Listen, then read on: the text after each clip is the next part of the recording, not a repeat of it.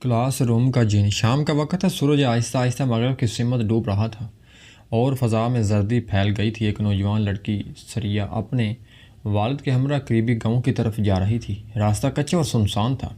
ان کے اونٹ گاڑی کے پہیے مٹی میں دنسے جا رہے تھے۔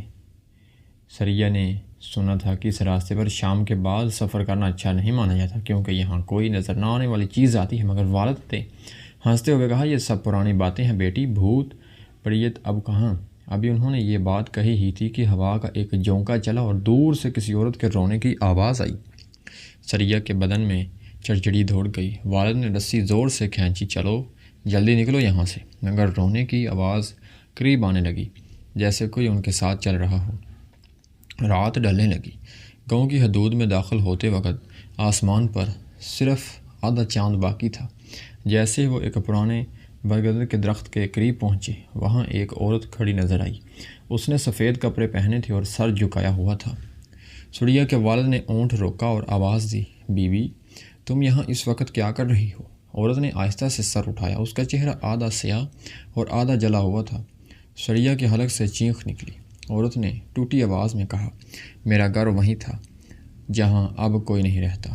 پھر وہ اچانک زمین پر گر کر دھول میں گم ہو گئی۔ اونٹ بدک گیا اور گاڑی الٹ گئی۔ ہوش آنے پر سریہ نے خود کو اکیلا پایا۔ والد کہیں نہیں تھے، صرف زمین پر ان کے جوتے پڑے تھے۔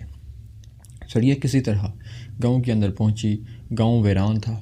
کچھ گھروں میں مدھم چراغ جل رہے تھے۔ ایک بوڑھی عورت دروازے پر بیٹھی تسبیح پڑھ رہی تھی۔ سریہ نے قریب جا کر پوچھا، امی یہاں سے شہر کو جانے کا راستہ کہاں ہے؟ بوڑھی نے آنکھ اٹھائی، شہر بیٹی؟ وہ تو 10 سال پہلے مٹی میں دب گیا، سریہ نے چونک کر کہا۔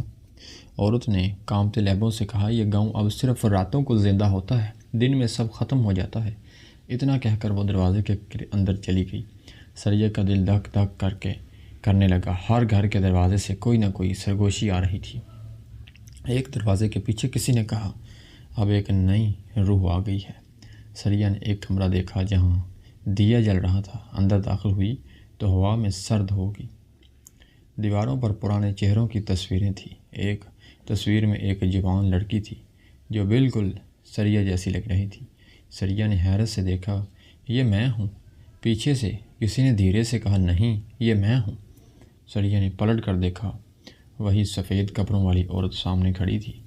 اب اس کے بال بکھرے ہوئے اور آنکھیں سرخ تھیں۔ تم میری جگہ لے چکی ہو، اس نے سرد آواز میں کہا۔ سریہ چیخ کر باہر بھاگی، مگر دروازہ بند ہو چکا تھا۔